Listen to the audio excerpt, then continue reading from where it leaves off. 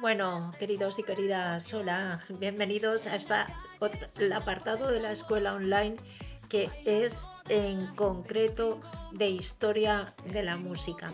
Y como ya os he publicado las primeras cápsulas de teoría de la música, entre las cuales estaba el tema del pentagrama, ha llegado el momento para que os dé una información específica y que sea extensa con respecto a lo que es el pentagrama.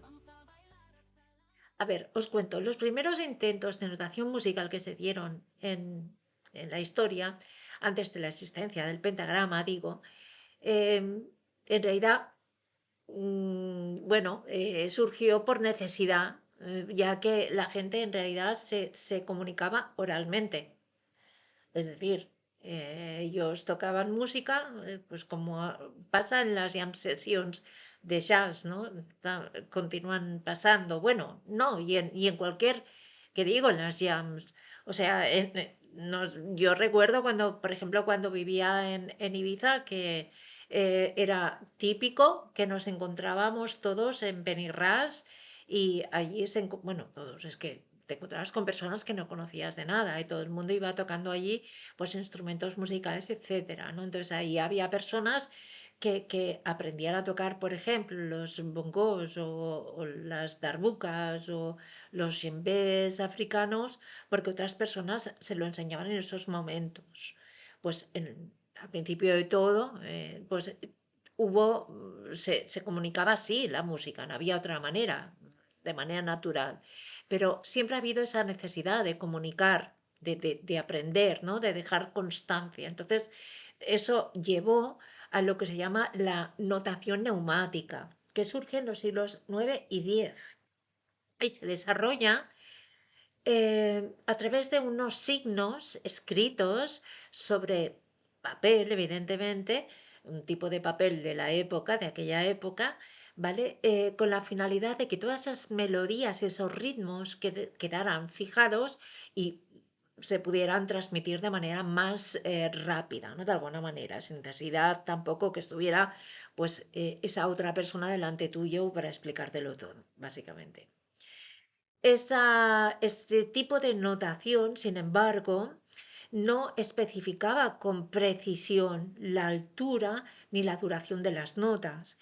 Eran como dibujos, como rombos, como cuadrados y habían pocas líneas, no habían las 5 líneas del pentagrama actual que conocemos, con lo cual era bastante sui generis, ¿vale?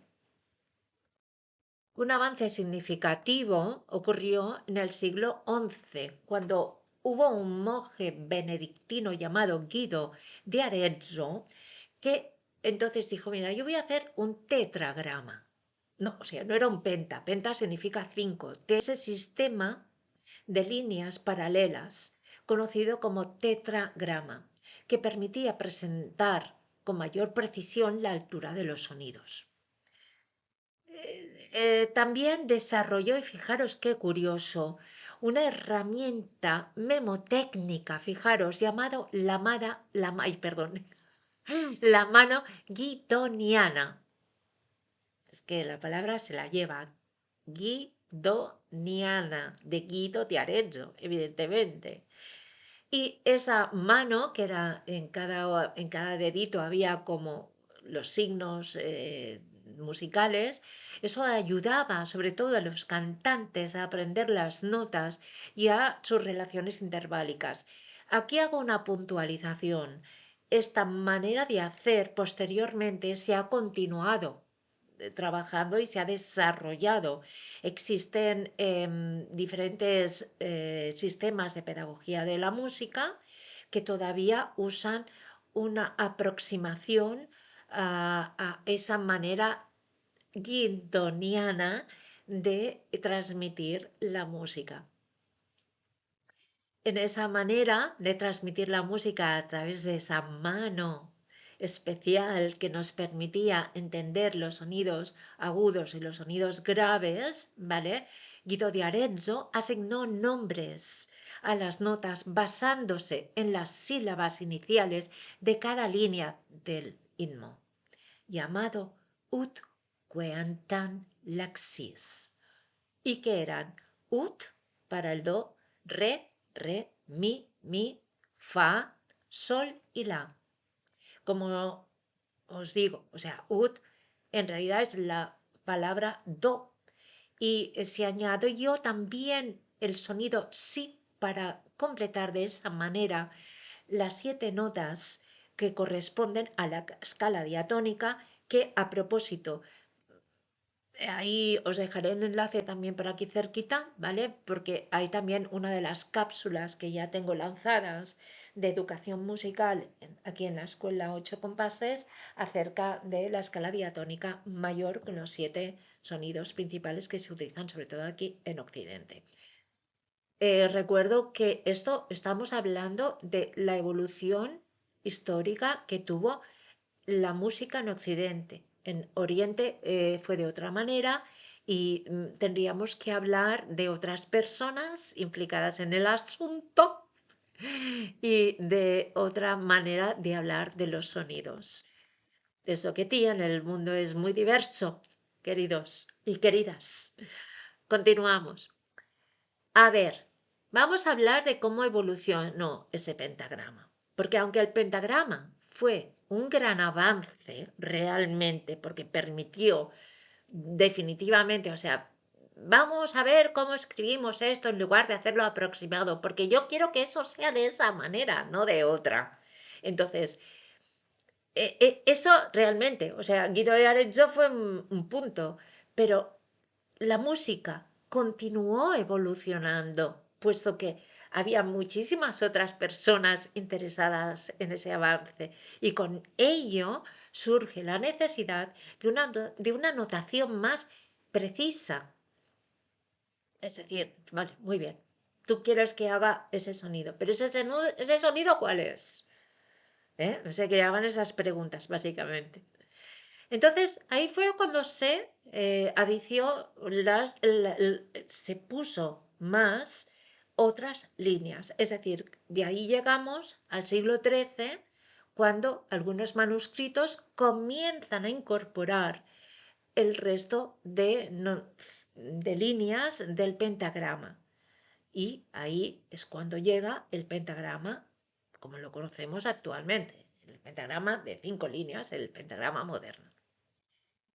Ugolino de Forlì, en el siglo XV, fue el teórico musical italiano que consolida el uso del pentagrama de 5 líneas y se generaliza posteriormente en el siglo XVI en Francia y de allí se extiende al resto de Europa. De hecho, fijaros que todas las nomenclaturas que usamos en música son en italiano. Así, de la misma manera, en danza, no os lo perdáis, es en francés. O sea, en danza, por ejemplo, dices pointe, para cuando haces el movimiento del pie hacia adelante, que a propósito, otra de las cosas que quiero hacer yo, que tengo en mente, es también daros información de danza y de música para la danza, pero no nos desviemos. Vamos a continuar. Como os decía, igual que en danza, por ejemplo, las palabras se hablan en francés, a nivel musical fue el idioma italiano el más usado, es el que se usa, de hecho. Entonces, claro, por ejemplo, podemos ver las anotaciones que ponen arriba. Mira, aquí tengo una, os la voy a enseñar, la tengo aquí delante. Por ejemplo, esta es la Quinopedia número 1 de Satie, ¿vale? Entonces, él, por ejemplo, aquí, adelante de todo, tiene una información que ha puesto. Y lo que pone es adagio en italiano. Adagio significa tranquilo, o sea, algo que es con calma, así con suavidad, con dulzura, con un permitir. Entonces, estábamos en que en el siglo XVII esto ya se comienza a transmitir pues, en el resto de Europa, ¿vale? ya surge el pentagrama musical propiamente dicho, con 5 líneas paralelas, y de aquí ya surge y comenzamos a tener las primeras anotaciones que se dieron evidentemente en la Edad Media y también en el Renacimiento, de lo que fue el canto gregoriano. Fijaros que el canto gregoriano ahora también está como súper de moda. O sea, estamos, a ver, claro, igual de aquí unos años estáis viendo este vídeo y resulta que ya no está tan de moda. Para los futuros oyentes que puedan estar escuchando este vídeo que estoy retransmitiendo, que sepáis que estamos en mayo del 2025, ¿vale? En mayo del 2025, el canto gregoriano se ha puesto otra vez de moda. Tenemos muchos artistas, influencers también, bueno, no son influencers, son artistas que están siendo conocidos, que están usando los cantos gregorianos tanto para la composición musical. Yo misma lo estoy haciendo con honestidad. En mi otro canal de músico os podéis encontrar con piezas como, por ejemplo, Icherum Nasi, y otras piezas en las que estoy aplicando justamente escritos de canto gregoriano que mi tía abuela me dejó y que le tengo por ahí. Me gustaría, mira, os voy a enseñar el librito de canto gregoriano que tengo por aquí. Porque que sepáis que yo estoy haciendo estos vídeos porque, o sea, mi camino es el arte y como tengo que vivir del arte, pues me estoy buscando la vida como puedo. Entonces, para eso también he creado esta escuela de música online, que también estoy aprendiendo a usar los medios estos nuevos de las redes, que para mí esto es tremendamente novedoso. Ah, mirad, esto os lo voy a enseñar a ver cómo lo hago, porque entre el... Esperaos, esto lo voy a poner aquí, que es mucho mejor. Esto, por ejemplo, es un libro que yo heredé de mi tía abuela, que ella era profesora de música de las Escolanías de Montserrat. No la conocí mucho, la verdad. Hubiera gustado, porque me pareció siempre, la vi pocas veces, pero siempre pensé que era una persona súper interesante. Y una de las cosas que ella me dejó a mí de herencia fue pues sus libros de canto gregoriano. En este caso es, mira, fijaros, es que, bueno, no sé si lo estáis viendo porque, claro, como yo, ¿veis? Es un libro súper antiguo. Fijaros, mira, es que de verdad. Y entonces, aquí evidentemente este librito, aunque ya ha sido súper antiguo y utiliza los principios de los cantos gregorianos, ya está escrito con el pentagrama de 5 líneas paralelas. A propósito, voy a continuar escribiendo y componiendo música a partir, o sea, lo que yo hago a nivel musical es tomo las referencias del canto gregoriano y a partir de allí creo mis nuevas composiciones. Y voy a continuar haciéndolo.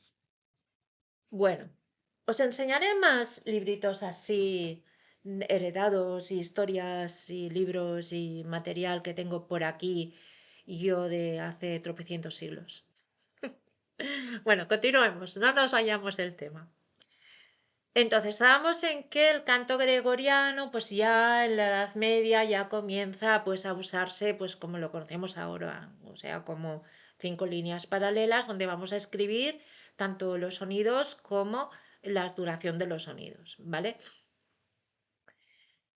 Pero fijaros, fue muy importante voy a volver a coger el librito, en la época litúrgica, porque esto que veis aquí es lo que ella, por ejemplo, usaban y cantaban en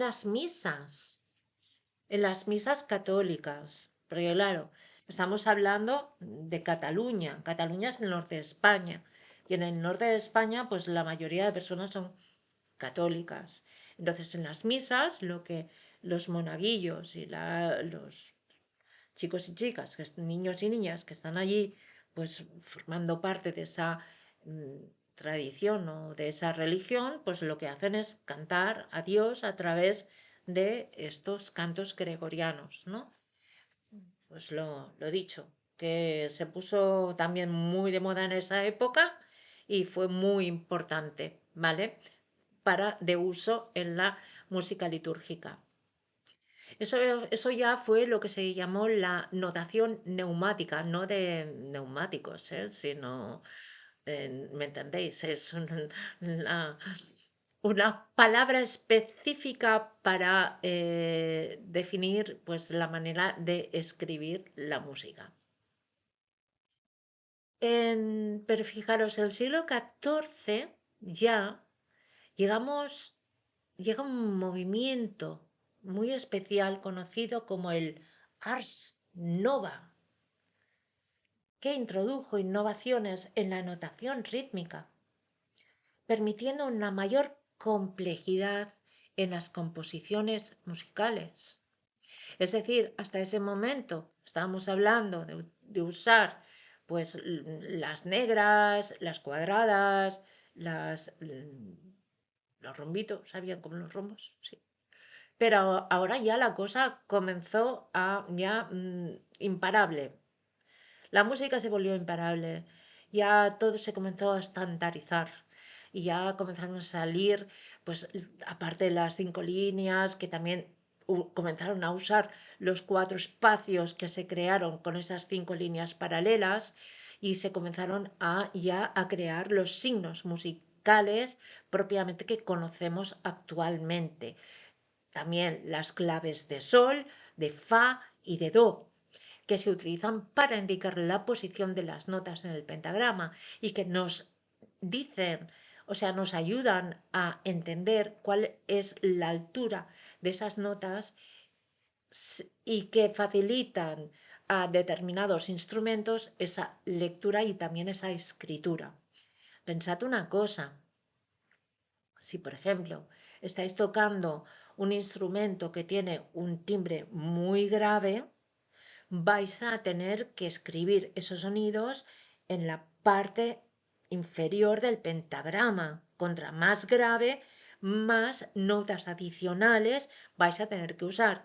Que a propósito, notas adicionales también está explicado en una de las cápsulas de teoría de la música que voy a ir subiendo en la escuela 8 compases. El, si pasa al revés, y si tú tienes un instrumento muy agudo, como podría ser una flauta travesera, por ejemplo, pues entonces vas a usar sonidos que están muy en la parte superior del pentagrama. Entonces, en las claves musicales, que son esos signos que se ponen al principio de todo, nos permiten situar, centrar esos sonidos más dentro del pentagrama.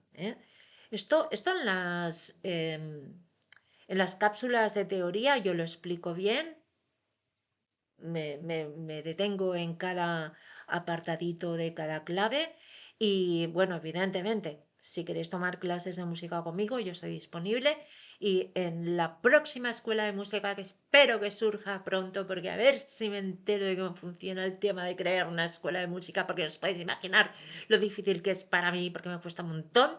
Dicho esto, voy a continuar, ¿vale? Pero espero que al menos hayáis comprendido de que esos dibujitos que se ponen al principio de todo el pentagrama, que se llaman claves, ¿vale? Nos ayudan a poder dibujar, escribir esa música, centrándola en el centro del propio pentagrama, sin tener que hacer muchas líneas adicionales superiores e inferiores.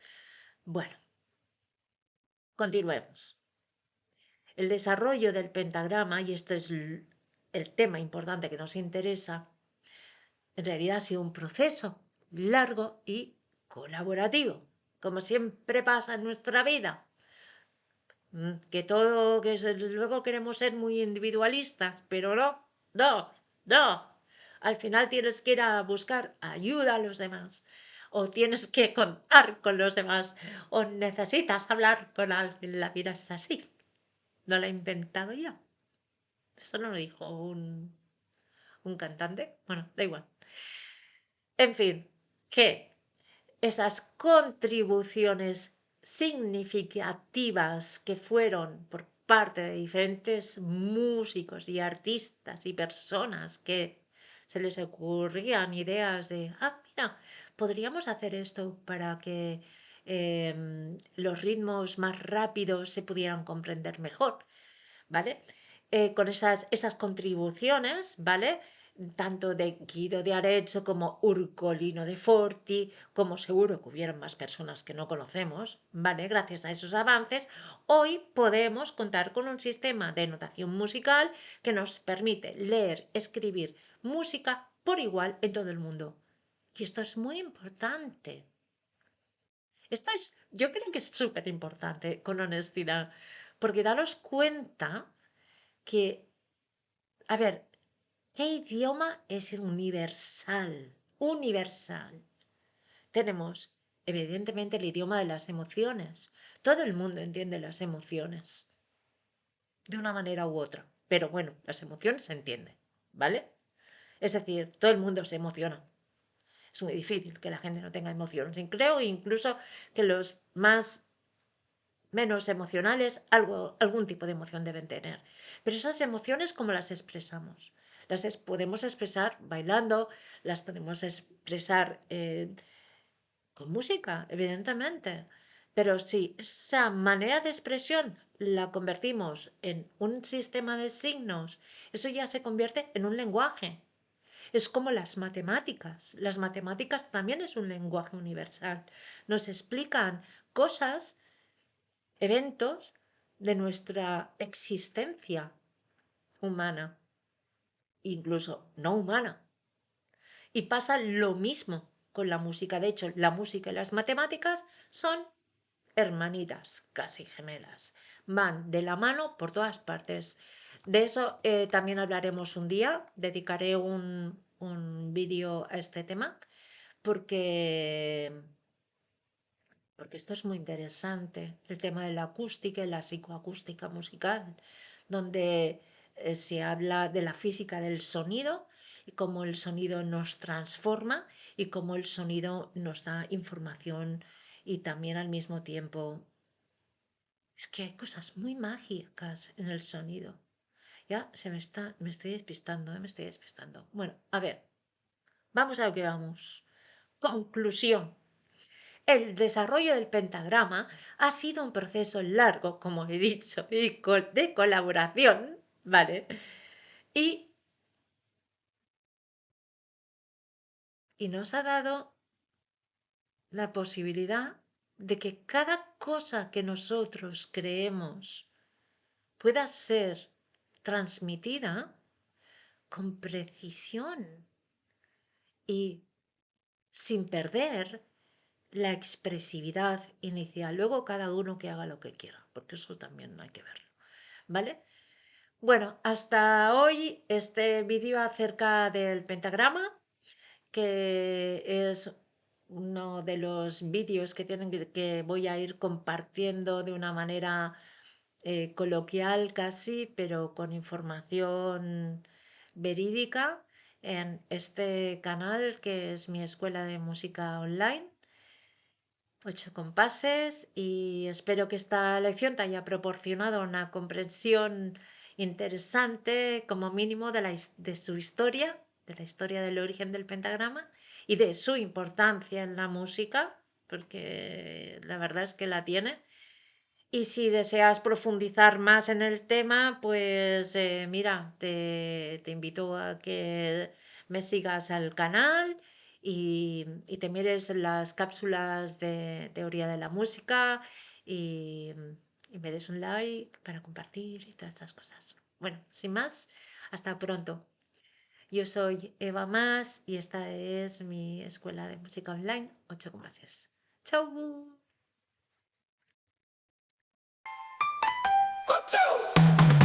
Watch